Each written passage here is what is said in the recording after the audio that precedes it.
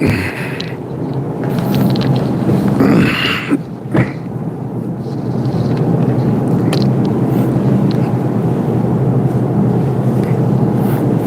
some water. Start me a poll here.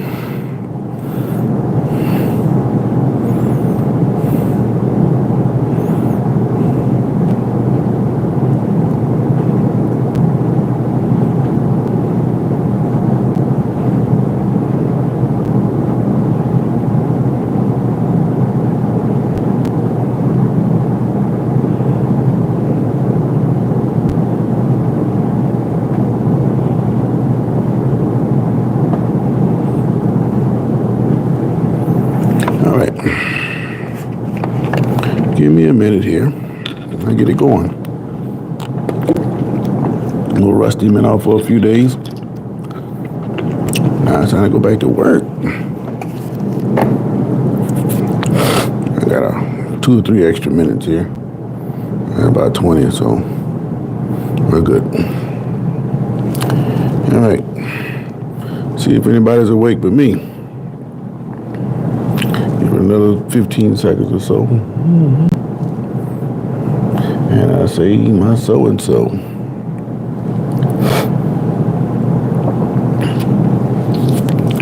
All right, this is Sports for Real with Coach Hall.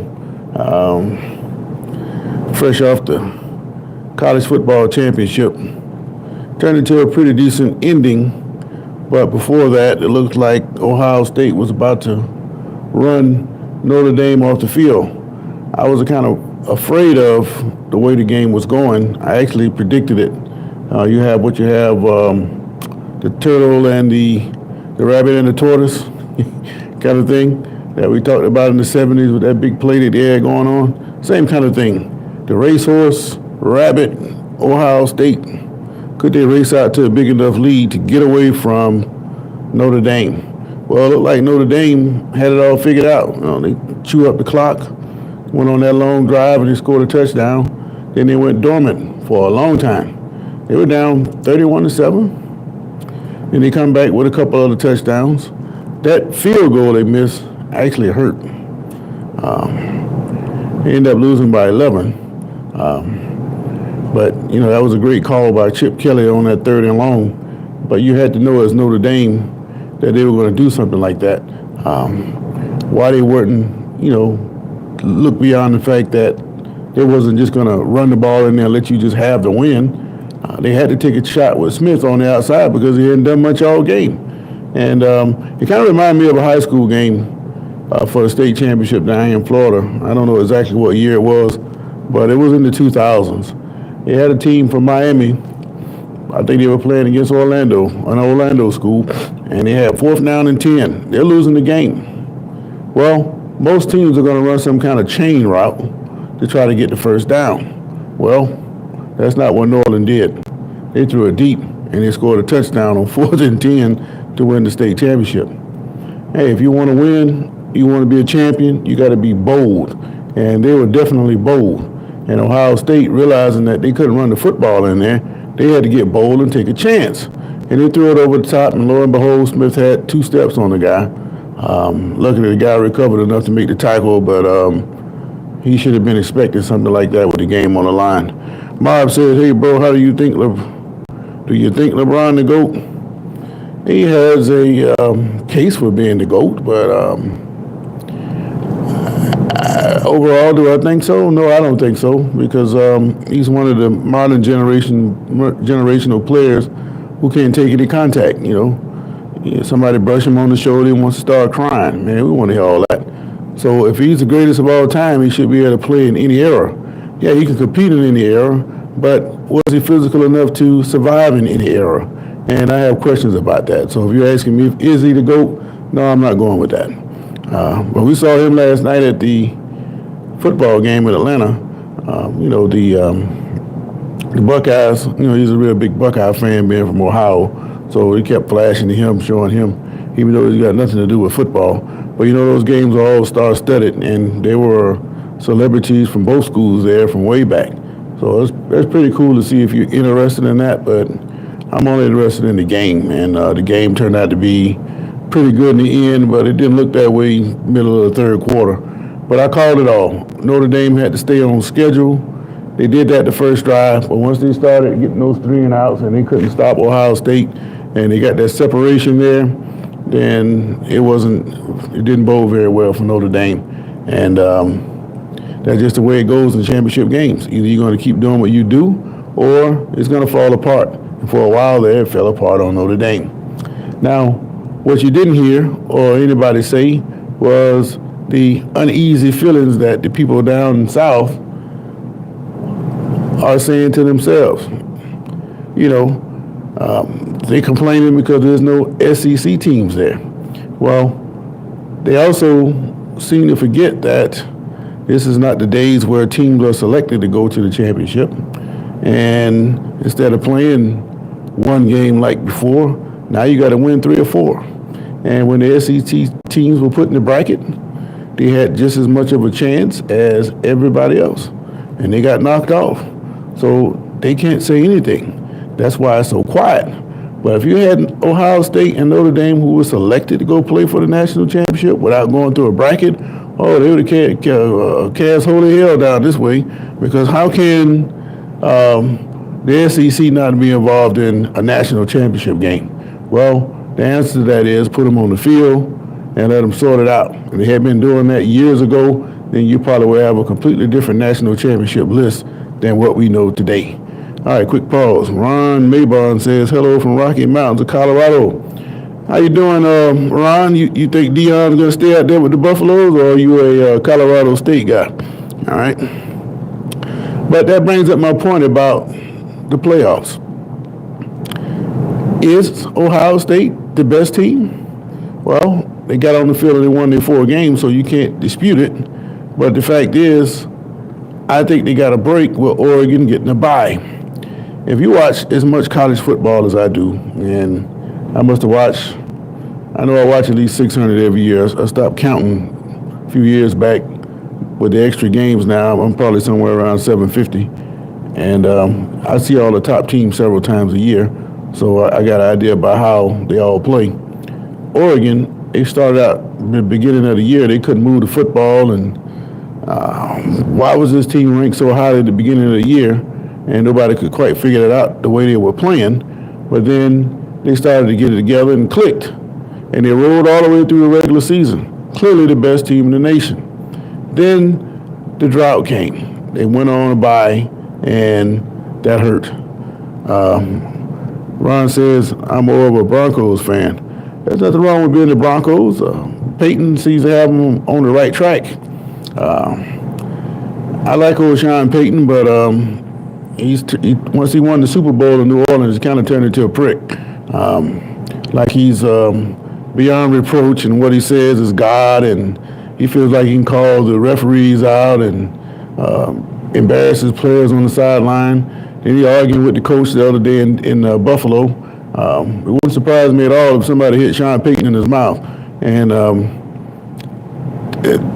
he's going to keep on. He's going to say the wrong thing to the wrong person. He's going to get hit in the mouth. Russell Wilson, give the guy great credit for marvelous restraint, but I never seen anybody, Peyton dress anybody down like he did Wilson last year. And the fact that Wilson didn't respond was a great testament to him. But Peyton's going to go on and on and on, and eventually he's going to get hit in his mouth, and it's going to be on national TV for everybody to see. But yeah, the Broncos, Peyton's a good coach, got him on the right track. He's got to get a few more pieces. Bo Nix turned out to be a pleasant surprise for him. Not on the level of Jaden Daniels, but he did get him to the playoffs. So Broncos will be something to watch out for in the future. But Oregon, like I said, they were hitting on all cylinders after they got past Penn State. So all they had to do was fine-tune and get ready for the playoffs. They didn't have a first-round game, and when they came back from the bye 3.5 weeks later, they were a completely different team in that first half. And the way Ohio State was playing, they were buried. That game was over at halftime. They were down 34-0. But I think if Oregon and Georgia and Boise State and Arizona State, had they played a game prior to their buys, prior to the games that they actually played, in other words, with no buys, then I think you would have a completely different outcome of some of these games. Arizona State, it took them a half. Boise State, they got the wrong game plan. And Georgia, they didn't have their quarterback. Not saying that he would have made much of a difference, but I think that you could have ran their entire offense with Beck as opposed to the backup Stockton. And I think that what they should do is expand to 16. That way everybody has an equal number of games. Because as you see, it didn't seem to affect Ohio State or Notre Dame as they went through the rounds.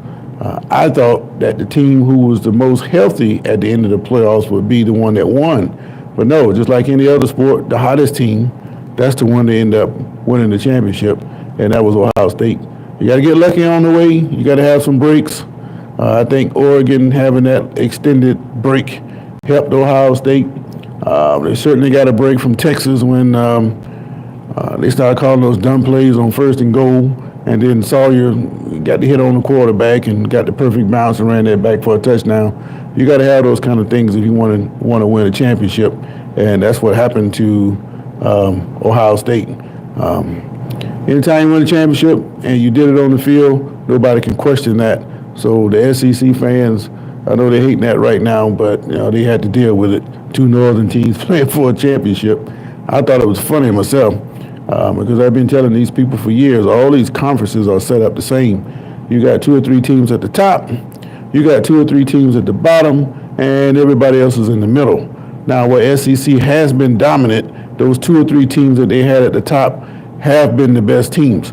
So you can't dispute that, but to say because you got the best team at the top, that doesn't mean everybody else is equal or better than everybody else also. And when you got them in the playoffs and Tennessee got blown out by Ohio State and Georgia losing to Notre Dame, they got a little quieter every time one of the SEC teams lost. In Alabama, they talking about they should have been in the playoffs. Well, what happened to them? They got beat by Michigan. So they can't say anything. So I don't know. But one thing, though, some of these players get bad advice. Milroe's got a lot of deficiencies, I think. It showed in the bowl game. And then immediately after a bad bowl game, what does he do? He declares for the NFL draft. Why? I think what he should have done was maybe transfer and go somewhere else and try to fix his game before trying to go to the pros.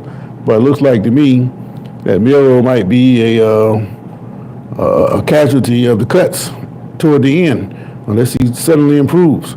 Now, one thing he has going in his favor, his style of play is the way that the NFL quarterback is leaning to.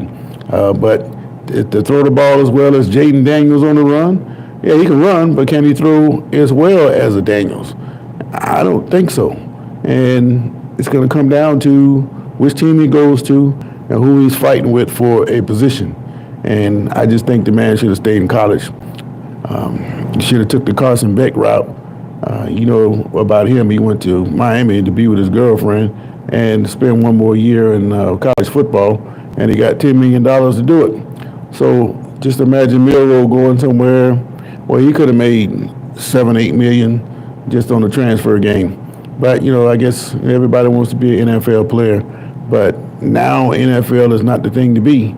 It's a college player because you can set yourself up for life before you hit 22. So why not do that?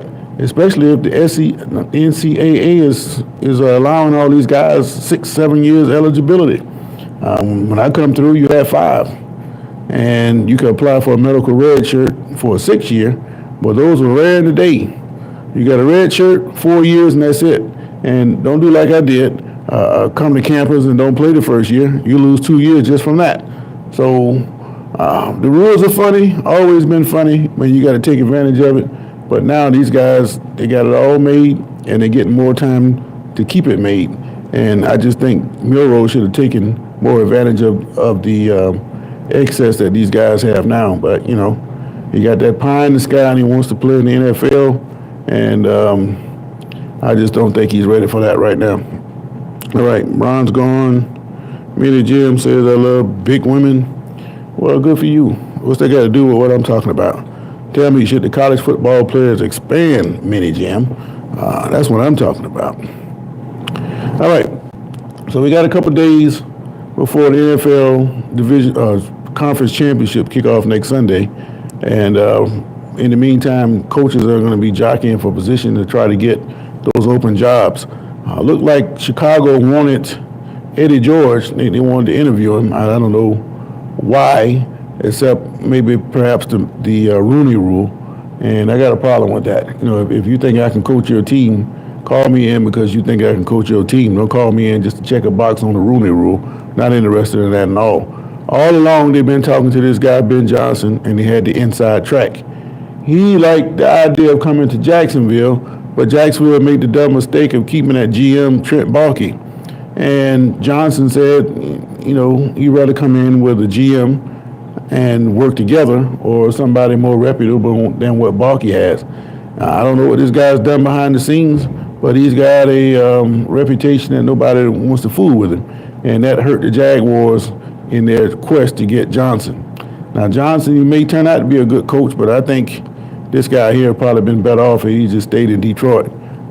They had a nice thing going there, and if he could have stayed there another year or two to make sure he was ready to be a pro, a head coach, then that would have been more beneficial to him. But I think in the end, you build up all these hotshot coaches because they with a winning team, and they go to try to run their own program, and you find out that a lot of guys are better at being number twos. And I suspect that Johnson is probably best at being number two. So Eddie George, you didn't get that job. Jacksonville, they're looking at Aaron Glenn, Robert Saleh, he's still available. So it's going to be interesting to see what those two teams choose, but we should hear something this week. And that leads us up to the championship games on Sunday. Surprise entrance, Washington Commanders, not Detroit, and they're going to take on Philadelphia. If you're going to beat Philadelphia, you're going to have to follow the same model as how you defend the Ravens. You stop Barkley, I think the way Hurts is playing right now, if he can't escape out of that pocket and run, I don't know if he can stand in there and beat you. You just don't seem to be hitting on those cylinders right now. Your Highness says Keon Coleman, Ravens versus Bills was correct, but passing interference on the Ravens. No, I don't think that was a correct call. I think it should have been a no call. But, the officials make bad calls both ways that game. I saw that the Ravens guy come off the edge and he fell to the ground, and they called holding on the left tackle. The man didn't even touch him. He fell to the ground, and they called holding. So you never know what they're going to call. And a lot of people are already anticipating some negative calls going to go down against Buffalo when they go to Kansas City. Mahomes always managed to get some kind of horrific call to go his way. And they're going to have to be prepared for that kind of thing. And they're going to have to overcome that. And they're going to have to overcome Kansas City if they want to get to the Super Bowl. I think Bills, the way they're playing, they're doing everything the right way when they had to have it. And Kansas City, they've been living on the edge a long time this year. They got to stay on that edge for 2 more games if they want to get that three-peat. But I'm starting to have a good feeling that maybe Buffalo might just show up this time. Miller Jim says the amount of nepotism in coaching is nuts. Well, you're right, but it's also nuts everywhere else. Everybody's bringing their own people along, and they don't care how that affects them immediately, not looking down to see how it might affect them in the future, and they don't care. They just want to make sure everybody's taken care of. Bill Belichick took the North Carolina job so his son can get on. Dion took college coaching so his sons can get on. So, hey, if you can get your people in there, why not take care of them? But they better be qualified. And not that Press Taylor and what's the guy from Jacksonville? Just got fired. I can't call his name right now. He was so in love with Press Taylor that he couldn't see that the guy couldn't do the job and ended up costing him his job. Doug Peterson. And you can't be wedded to the hip to your people if they can't do the job. And Taylor couldn't do it, and I think that cost Peterson his job. And if these people that are being dragged along because of who they're related to, if they can't do the job, then they're going to drag the whole ship down. So keep your eye on that. All right, should college football expand? Let's see what we got here. We got a 50-50 on that right now. I think they should expand because, if all teams had the 4-game slate, then you wouldn't have that long bye period, and that it clearly affected teams like Oregon. Oregon was more obvious because they were hitting on all cylinders before the bye.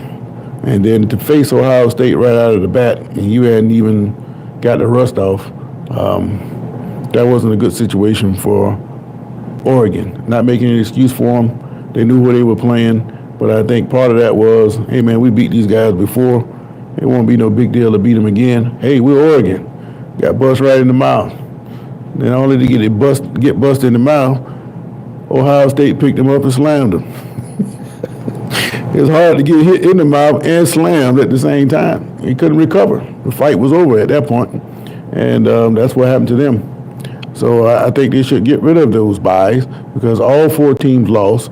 The championship game featured seeds 7 and 8, and for a marquee playoff event like that, I don't think that looks very good.